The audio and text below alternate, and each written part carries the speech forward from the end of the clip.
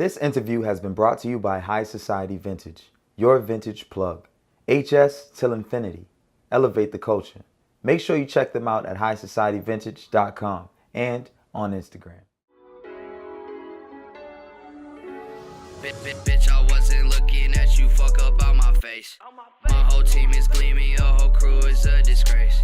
I could call my homies up and have your crew erase. Yeah. All up in the function, told your girl to give me space. You disgusting, my homies coming through, they get to busting. You ain't counting honeys, you get. What's up, world? Welcome to the Museum TV. I'm your host, Guru Sanaal. Got to thank you guys, as always, for keeping up with us. Make sure you continue to do that by subscribing to our YouTube channel, giving us a thumbs up, thumbs down, leaving us a comment, and letting us know what you think. Also, continue to support us by following us on all our social media at the Museum TV, and check us out at tmtv.world, where you can find a plethora of things such as our directory that could link you to our videographers, photographers, and anything you might need to get your next project up and running. So as you guys know, OG Swaggerdick is a public figure in the Boston music scene that people seem to gravitate towards and favor a lot. Our next guest here on the museum is an artist that gets a similar type of love and attention due to his very notable face and also the work that he puts out in this Boston music scene. Today in the Museum TV, we have Young Seuss with us. What's up, Seuss? I'm chilling. Chilling. Thank you for coming by. No problem. We appreciate you. Of course. So can you just give us a rundown of pretty much your timeline of when you started producing and rapping and pretty much where it's led you up until now? Word. Yeah. So I grew up mainly in Charlestown. Grew up around my cousins. We were all musically inclined growing up, and that basically gravitated towards me joining a band in middle school. That disbanded by the time I hit high school, and then from there I needed a new creative outlet, so I turned to producing music at around 13. Later on in high school, I got into rapping, and now I'm here. Cool. So what was your first step into it as far as knowing this is what you wanted to do? And so basically when I first came out to Boston really was the first time that I was oh, I can really do this, because it was so close together almost. It was so accessible at the time. It was around 2016 when I was coming through. Shout out Kwaku, shout out Inner Sanctum, all those people. I used to email Kwaku back in the day and be oh, I'm not 18, but can I come to the shows? Shout out Quakes. Yeah, facts. So I and Greg too. Greg was always there showing love. Photographer Greg? Yeah. Greg is on fire. Yeah. But that's how I basically got into it. I would go out to their shows, and then I would see Michael Christmas or OG or somebody that I saw as way up, and I was just whoa.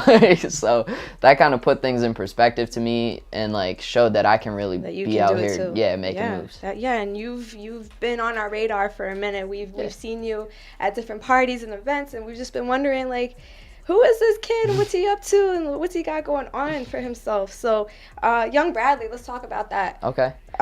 That's basically it's a 5-track EP.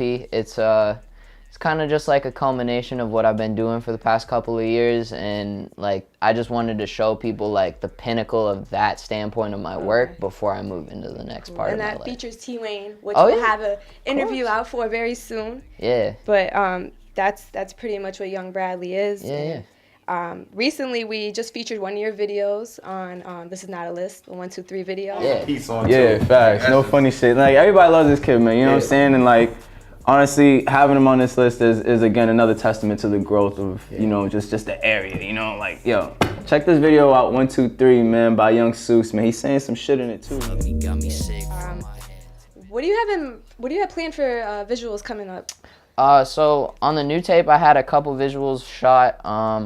Not 100% sure if we're gonna go through with putting them out, but I'm always working. Yeah. So when it comes to visual work, I make sure that the story's gonna be right, or whatever I'm filming captures the essence of the music very well. So I'm taking my time with it. Cool. So, but we'll see new things. Do you soon. have a visual out currently aside from 1, 2, 3 that's your most idolized piece of work? No, I think 1, 2, 3 was probably my biggest song/video that I've ever put out. That was the first video, and it did 10.5 5K plays organically on SoundCloud, so that kind of like just shows like that was probably my best piece of work. And does your timeline with producing and rapping kind of line up with each other? Did you kind of find rapping later on? Yeah, so I kind of found rapping later on. I was producing and making beats mainly because my cousins were in a rap group at the time called the Hillside Goons. They're from Somerville. They were really awesome. Like when they were really doing a lot of work, and like I got really inspired by that and just started sitting down with the computer and trying to learn it. I see.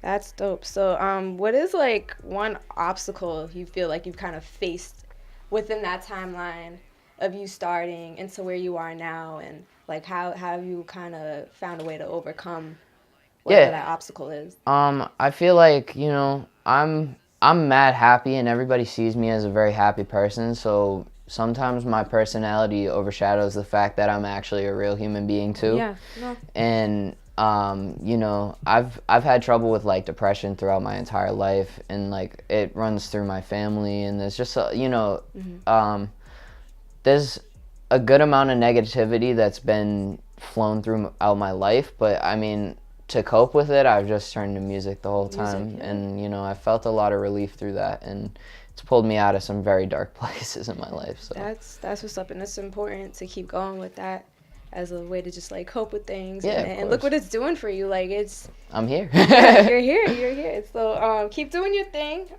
Do you have any shout outs you'd like to give? I know you worked with T Wayne. Yeah. I know you know the whole gang. Yeah, I mean, shout out Christmas and all of them. Everybody from out here. Damn. I mean, like, even the people that have migrated to different parts of the world, you know, everybody that I remember from Boston is always my friend. So shout out everybody from my city, you know? Shout out everybody from this fucking city, man. Have you been able to do like any live sets in between your time? Yeah, I mean, like, I do a bunch of live shows, and I've been doing them for like basically the entire course of my career since I was hijacking the mic at the Inner Sanctum at 15. Now I'm like playing shows at the Middle East every other month, you know?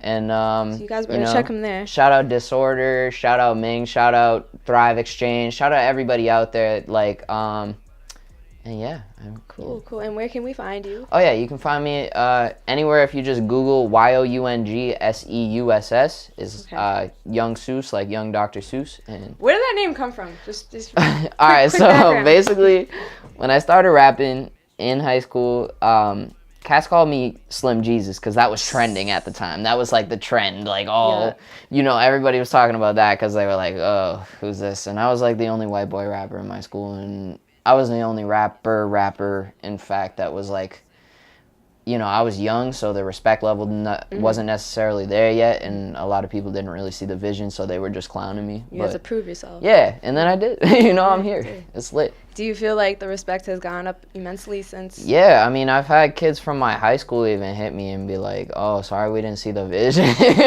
Sorry we didn't see the vision. It's too late now, huh? Nah, I mean, like, you know, it's all love. Yeah, it's always all love, and I never That's never a good way to go about it. Yeah, it's beautiful. All right, guys. Well, you heard it here first on the Museum TV. Make sure you're following Young Seuss on all his social media. Check him out at the Middle East if he has a show coming up. Also, make sure you guys continue to follow us on all our social media at the Museum TV.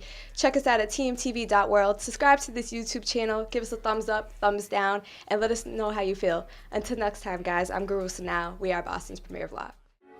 Bitch, I wasn't looking at you, fuck up out my face. My whole team is gleaming, your whole crew is a disgrace. I could call my homies up and have your crew erase. Yeah. All up in the function, told your girl to give me space. You disgusting, my homies coming through, they get to busting. You ain't counting hundreds, you get nothing. You ain't smoking blunts, you never blunted. Jealous bitches always fucking making dumb assumptions. Who that white boy always get the... Hey, it's Noble, creator of the Museum TV, and I just wanted to thank you for tuning into Boston's premiere vlog. If you liked this video, please leave us a like, comment, and subscribe to this channel. I'll leave a few other videos around here for you, just so you can see how we're exhibiting the culture stories.